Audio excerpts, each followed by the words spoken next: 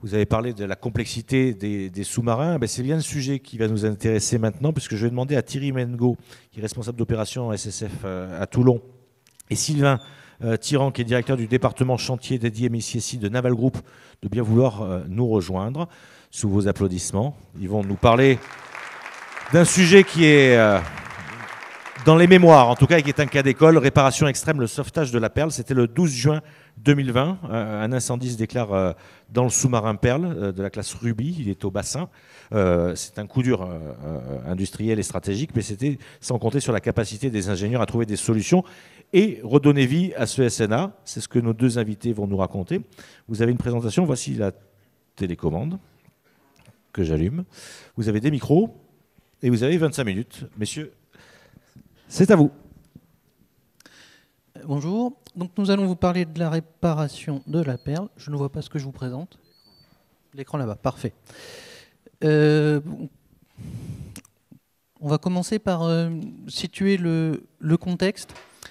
Le contexte, c'est un contexte de mutation de la flotte des sous-marins nucléaires d'attaque et du port de Toulon. Les 6 sous-marins nucléaires d'attaque de type Ruby, qui datent des années 80, sont progressivement retirés du service pour être remplacés par les sous-marins de la classe Suffren, programme Barracuda, dont l'entrée en service échelonne pendant la décennie 2020. Pour accueillir ce nouveau type de navire, la base de Toulon est en travaux avec le programme d'infrastructure Accueil et soutien Barracuda, ASB. La politique de maintenance des navires prévoit tous les 10 ans ce qu'on appelle une indisponibilité périodique pour entretien et réparation, une IPER, qui dure à peu près 18 mois et qui, avec 1 million d'heures de travail, redonne le potentiel, dans notre jargon, pour 10 ans de service. Et donc l'IPER numéro 3 de la Perle, c'est la dernière IPER de la Perle, et la Perle, c'est le dernier des sous-marins de type Ruby. C'était donc la dernière IPER de SNA de type Ruby, qui a commencé toute fin 2019 et qui était prévue de s'achever à l'été 2021. Et début 2022, on libérait les installations pour permettre les travaux de refonte. Le 12 juin 2020 s'est produit l'incendie majeur suite à un feu électrique. Il n'y a eu aucune victime, il n'y avait ni armes ni combustible nucléaire à bord. Et comme on avait déjà 6 mois de travaux derrière nous, on avait débarqué l'essentiel des matériels à bord. Pour autant, les dégâts matériels sont restés considérables, en particulier pour les structures internes et pour la coque. Donc, suite à cet incendie, on a eu une mobilisation générale avec comme objectif d'assurer la disponibilité des sous-marins au profit des forces. Et ça, sur 3 horizons temporels. À court terme, compenser l'indisponibilité de la Perle qui ne retrouverait pas le service actif à la date prévue, et donc concrètement prolonger le service d'un certain nombre de navires. À moyen terme, réparer la Perle, mais pas quoi qu'il en coûte, si elle est réparable. Et à long terme, minimiser l'impact de ces travaux, d'une part sur la construction des sous-marins d'un nouveau type, et d'autre part sur les travaux d'infrastructure qui sont nécessaires à l'accueil des nouveaux sous-marins.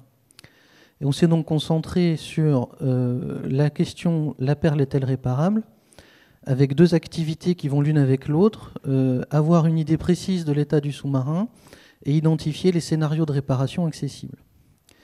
Le premier diagnostic, ça a été quel est l'état de la coque résistante, avec 2 axes.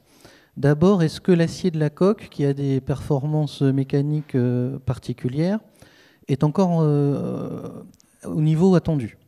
On a réalisé des mesures directes à bord et sur des échantillons prélevés. Et on a aussi procédé à des évaluations indirectes. Alors avec quelque chose qui ressemble un peu à du relevé d'indices, on a analysé l'état des revêtements, que ce soit les peintures ou le liège qui est collé sur la coque, pour déterminer les températures qui avaient été rencontrées. Et puis il y a une modélisation numérique, à l'image à droite, des températures rencontrées au cours de l'incendie. Et par ailleurs, on a vérifier la géométrie de la coque, parce que même si les propriétés mécaniques sont bonnes, si la géométrie est perdue, la résistance, on ne l'a pas. Donc on a vérifié l'équerrage des couples, la flèche en maille et la circularité de la coque. La conclusion, c'est qu'on délimite finalement une zone arrière où la coque est restée saine et utilisable, et une zone avant où la coque elle est irréparable, les températures rencontrées ayant fait perdre les propriétés des matériaux. La question, c'est donc, pour réparer la Perle, il me faut une nouvelle coque. Première possibilité, construire une coque neuve. Ça a été écarté assez rapidement pour des raisons économiques, mais aussi pour des raisons calendaires, parce que fabriquer un avant de coque neuve, c'était remettre en cause le calendrier des barracudas. La deuxième piste, c'est donc ce qu'on appelle l'hybridation entre l'arrière de SNA Perle qu'on conserve et l'avant d'un autre sous-marin. Il y avait deux candidats possibles, soit le SNA Ruby, dont le retrait était prévu fin 2020, soit le SNA Saphir, qui était le premier qu'on avait retiré en 2019. Pour assurer la disponibilité à court terme, on a prolongé le service actif du Ruby jusqu'en 2022, et c'est donc le Saphir qui a été retenu comme donneur pour la greffe. Tout ça suppose quand même d'être capable de couper un sous-marin en deux, d'amener deux moitiés de sous-marin l'une en face de l'autre et de les souder. Et ces moyens industriels, ils existent en France, mais ils n'existent qu'à Cherbourg. Donc la question qui s'est posée assez rapidement aussi, c'est la réparation est possible, il faut juste envoyer un sous-marin à Cherbourg. À quel endroit on va couper la coque? Alors la position de coupe, en fait, n'a pas été la même sur l'arrière de la Perle et sur l'avant du Saphir. On a décalé d'1,40 m la position de la coupe, et ça pour plusieurs raisons. Bon, ça permettait de ne pas fabriquer de coque nouvelle, ça nous évitait d'intervenir à proximité de l'enceinte de confinement, c'était favorable pour la manipulation des tronçons découpés, puisque la coque était plus rigide de cette façon, et puis surtout ça nous créait une zone supplémentaire qui permettait de réaliser les jonctions des réseaux. Parce que ce n'est pas du tout un détail, il y a à peu près 120 câbles électriques qui circulent entre l'avant et l'arrière, 60 collecteurs fluides, et remplacer un câble électrique par une boîte de jonction, quand il y a 120 boîtes de jonction aménagées dans un sous-marin, eh ben on a besoin de volume. Conclusion, une perle réparée, c'est une perle rallongée.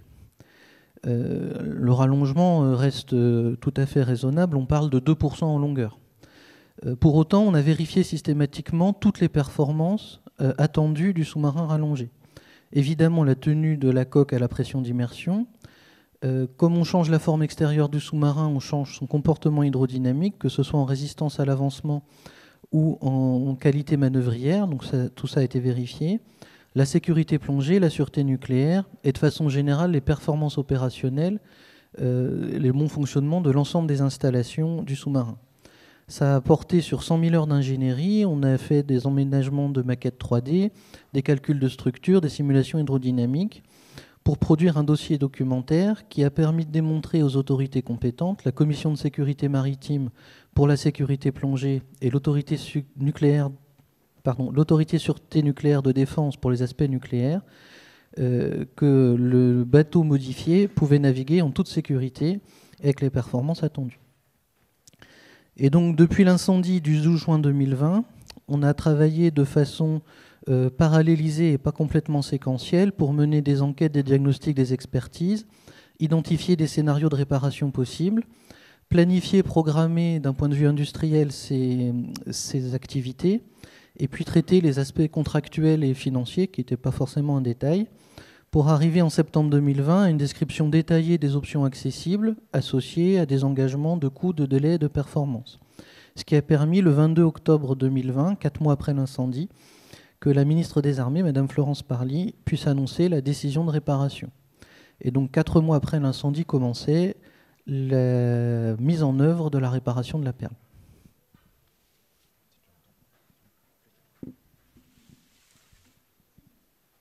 Bonjour à tous.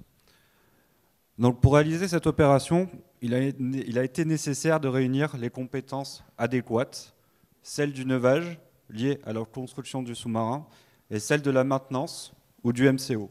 Mais que ce soit aussi bien dans la partie ingénierie, études, que dans la partie réalisation. Nous avons donc monté une équipe multisite. Le départ de la Perle abîmée a été un premier défi. Sécuriser le navire, définir son état de masse et de stabilité, réaliser son déséchouage et être en capacité de réaliser sa pose dans un navire porteur avec des supports spécifiques, un projet en soi réalisé en moins de 3 mois. La Perle arrive donc à Cherbourg, à son lieu de naissance, accompagnée des collaborateurs toulonnais connaissant parfaitement le navire. Le Saphir s'y trouve déjà et les opérations de préparation à la découpe ont déjà commencé à l'aide d'équipes mixtes cherbourgeoises spécialisées dans le démantèlement et les Toulonnais spécialisés dans la maintenance. Pourquoi Cherbourg? Comme le disait Thierry, pour ceux qui ne le savent pas, à Cherbourg, nous construisons les sous-marins à partir d'anneaux et de tronçons que nous assemblons. Donc découper une coque et la ressouder est presque une opération courante sur ce site. Les moyens industriels, comme le DME ou les marcheurs, s'y trouvent, avec notamment une possibilité rare de pouvoir aligner deux demi-coques avec une géométrie maîtrisée, précise et qualifiée. La soudure de la coque elle-même est très spéciale. Elle est réalisée par les soudeurs cherbourgeois, hautement qualifiés et entraînés pour travailler sur cet acier. Indépendamment des photos précédentes que nous voyons, qui sont parues largement dans la presse, en fait, ce qu'il faut réaliser, c'est le travail de préparation qui a été nécessaire pour en arriver là. Ce que l'on voit moins, donc, c'est les opérations qui ont consisté à découdre les entrailles du sous-marin, constituées de réseaux fluidiques et électriques, au bon endroit et de la bonne manière, afin de pouvoir les reconnecter. Chaque tuyau, chaque câble ont été repérés. Ils ont chacun fait l'objet d'études spécifiques, suivant leur technologie, et ils ont subi un process de requalification. Ce process de requalification a nécessité aussi, chez Naval Group, l'entraînement de plusieurs équipes qui ont été désignées et qui sont entraînées à reconnecter un à un les différents réseaux du sous-marin. À la suite, vis-à-vis de ce processus de qualification, nous avons vérifié l'atteinte essentielle des performances, de la résistance et de la tenue dans le temps de ces jonctions. Cela fait l'objet d'un dossier qui a été remis en temps réel au SSF et à la DGA pour validation. Vous voyez donc sur l'image de gauche l'avant de la perle, l'avant du saphir, qui a été découpé au bon endroit avec l'ensemble des liaisons, les câbles électriques, les tuyaux et les câbles Pyrotenax qui étaient mis en attente afin d'être reconnectés. Donc pour ça, bien sûr, on va dire un petit peu le défi qu'on a réussi à relever, c'est d'arriver à tuiler les opérations d'étude et de réalisation dans un délai très très court. L'utilisation de la maquette 3D a permis de définir et de valider l'ordre de remontage de toutes ces liaisons. Cela a permis aussi de vérifier l'aménagement et de vérifier les positions de travail de chaque collaborateur lors des jonctions dans un environnement très étroit.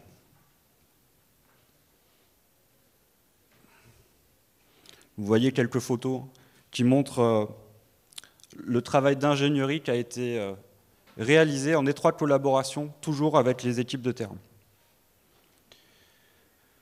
Pour revenir sur ce projet hors norme, ce qui est réellement hors norme, en fait, c'est le délai sur lequel nous avons réussi à remettre la perle au service actif.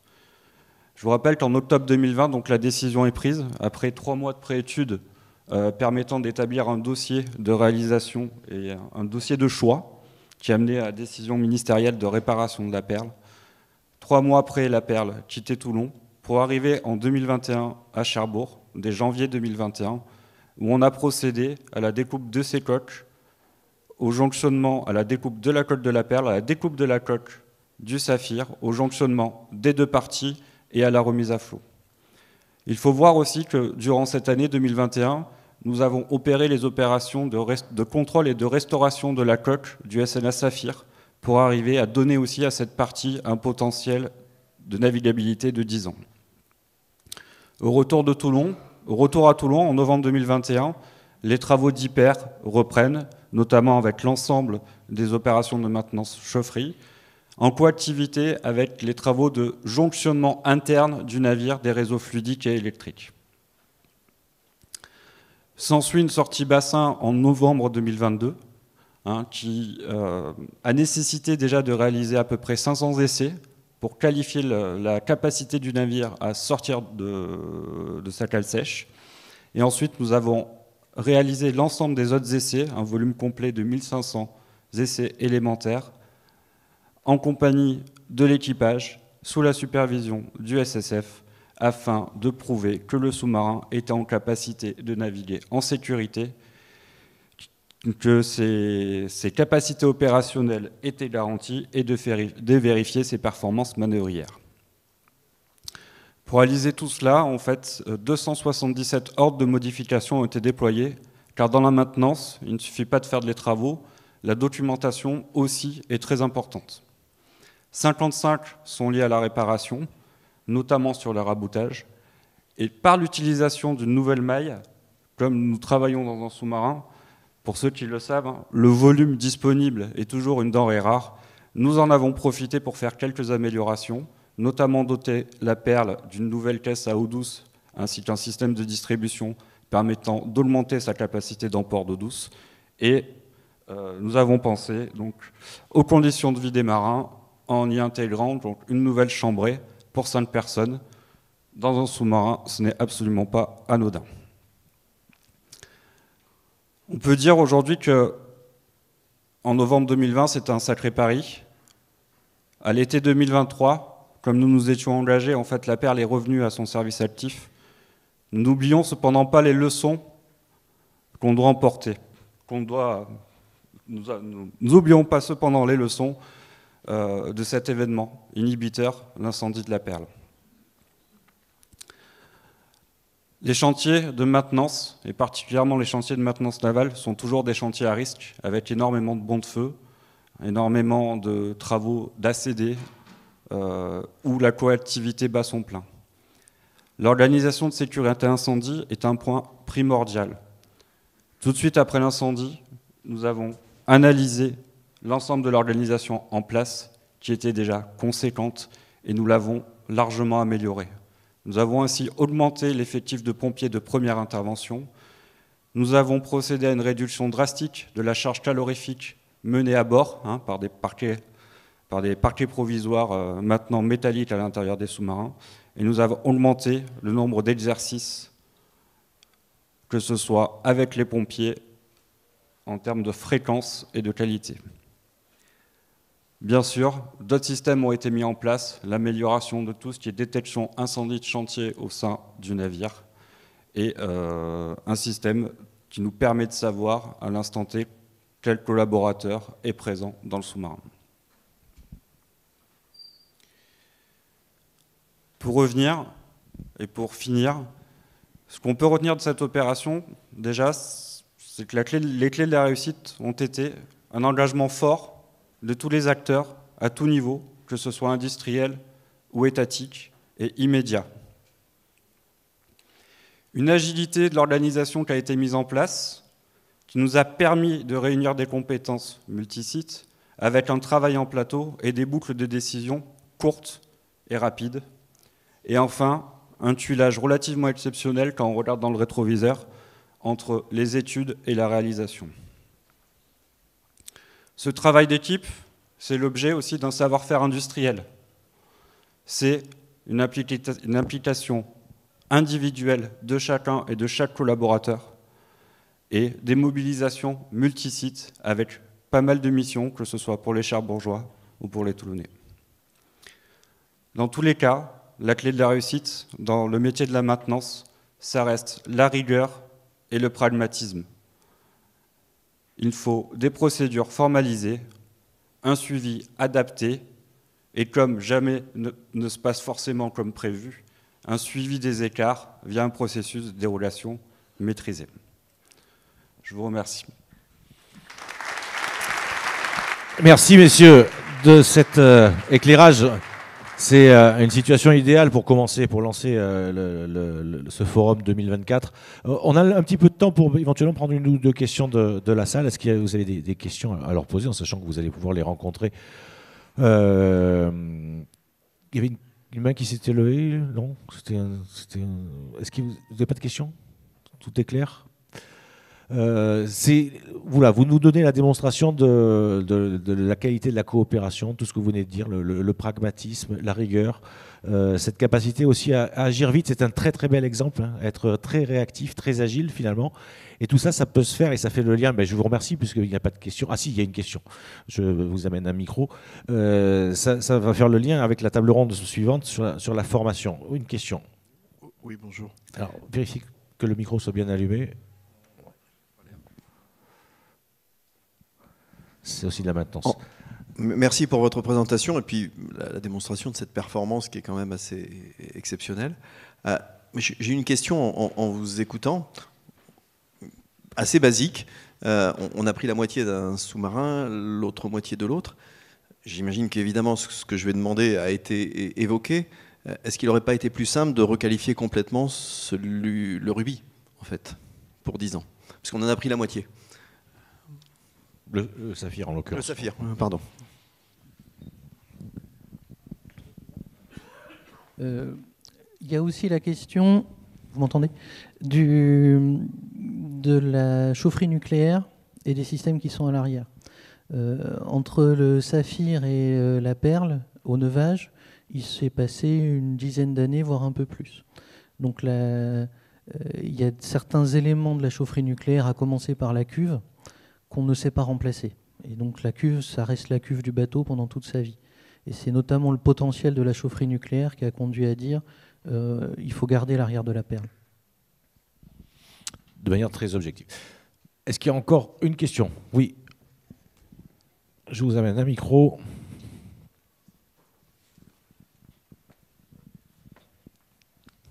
Si je fais toute la salle toute la journée, ça va être... Merci beaucoup, merci pour votre présentation.